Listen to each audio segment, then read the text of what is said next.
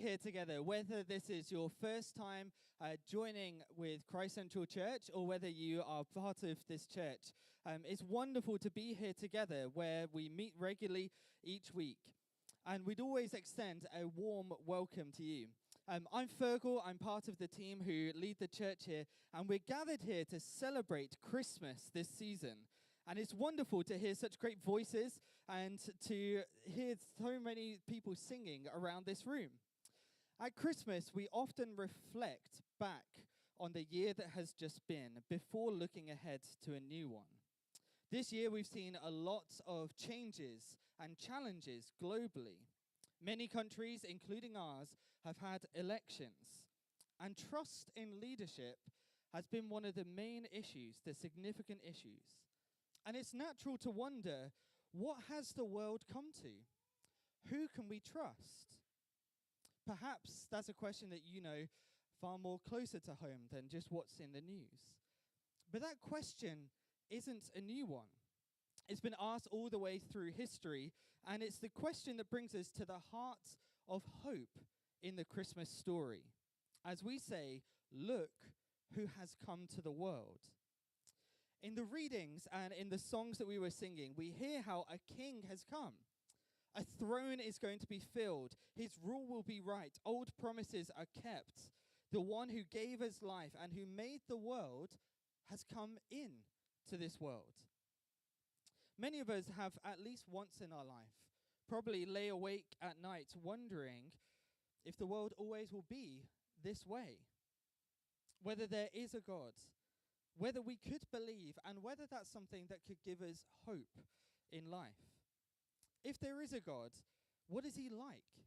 Just another figure of authority, uncaring and unapproachable and distant?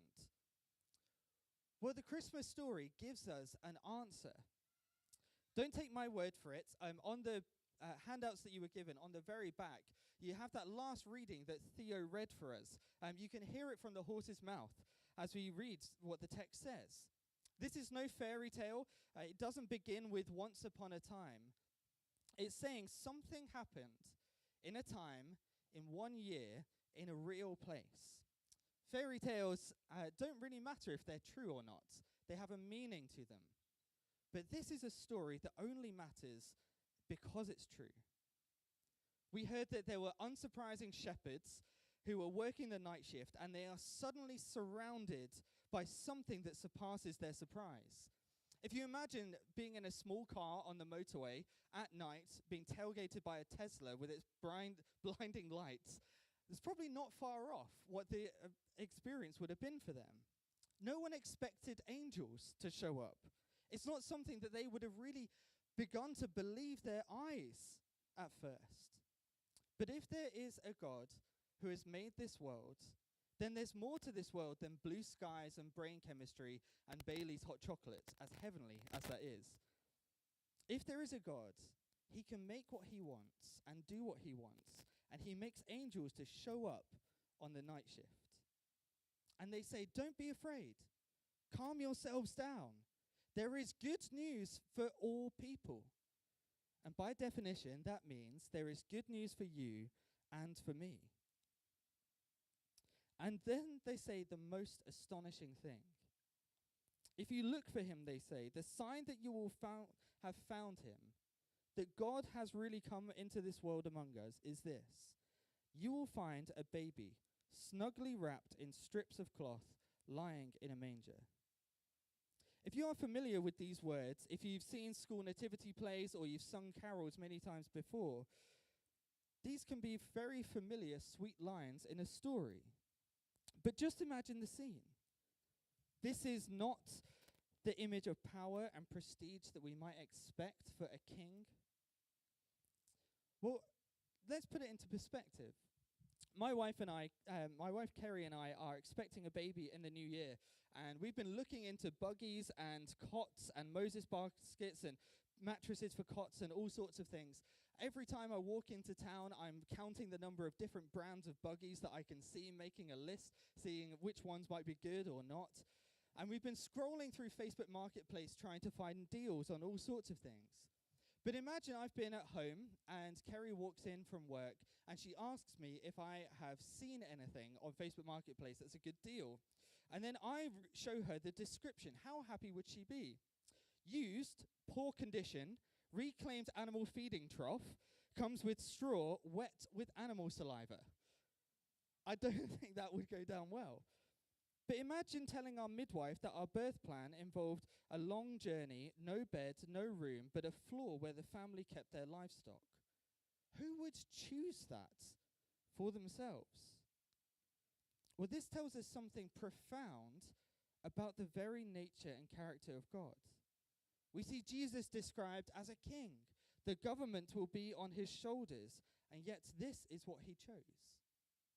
At the start of World War II, a chaplain named Tom was deployed to support the Scottish regiments. And he tells the story of one soldier who, moments before passing away, asked, "If there is a God, is he anything like Jesus?" He needed to know what God was like before he met him. And Tom replied, "There is no reason to fear. God is exactly like Jesus." This humble beginning is significant. It foreshadows his life and his sacrifice on the cross. And we've already sung it. He came down to earth from heaven, who is God and Lord of all.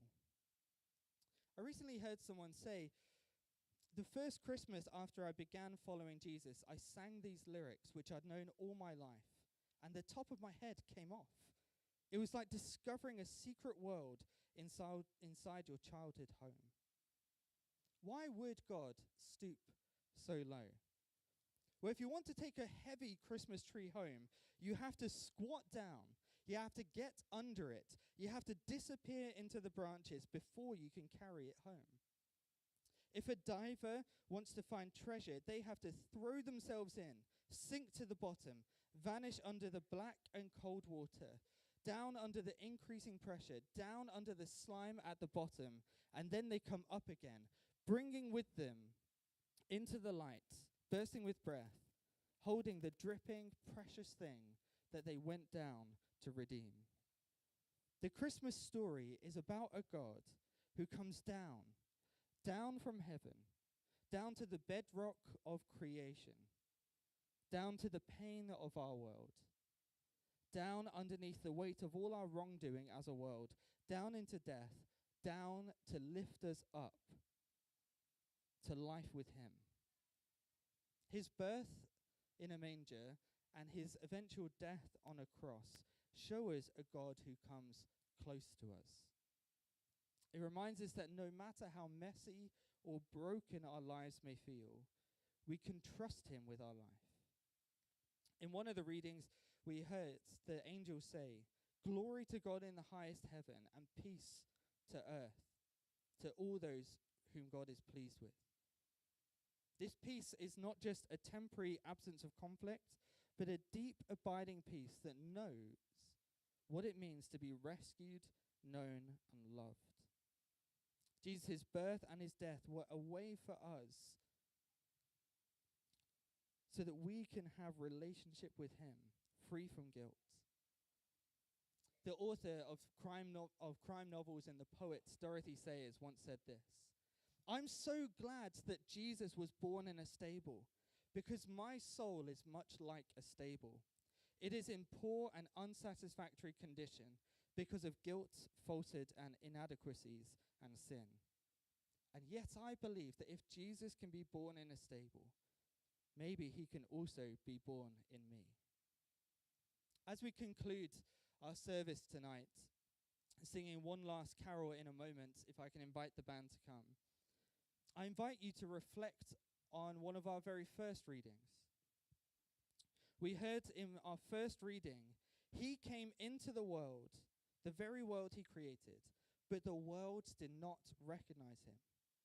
He came to his own people, and they rejected him. But to all who believed in him and accepted him, he gave the right to become children of God. They are reborn, not with physical birth resulting from human passion or plan, but a birth that comes from God. That can be you if you can trust him. Because the news at Christmas is this: God has come into this world and gone as low as possible to put his arms underneath us and lift us up to come back to him. God has come into this world because he wants a relationship with you, if you trust him. So as we celebrate Christmas, let's remember the true nature of what God is like as he has revealed himself in Jesus. A God who comes to us in the most unexpected ways, who offers us a peace that transcends all understanding. May you leave with a greater understanding of the true nature of God and the peace that comes from knowing him. Would you stand as we sing our last carol?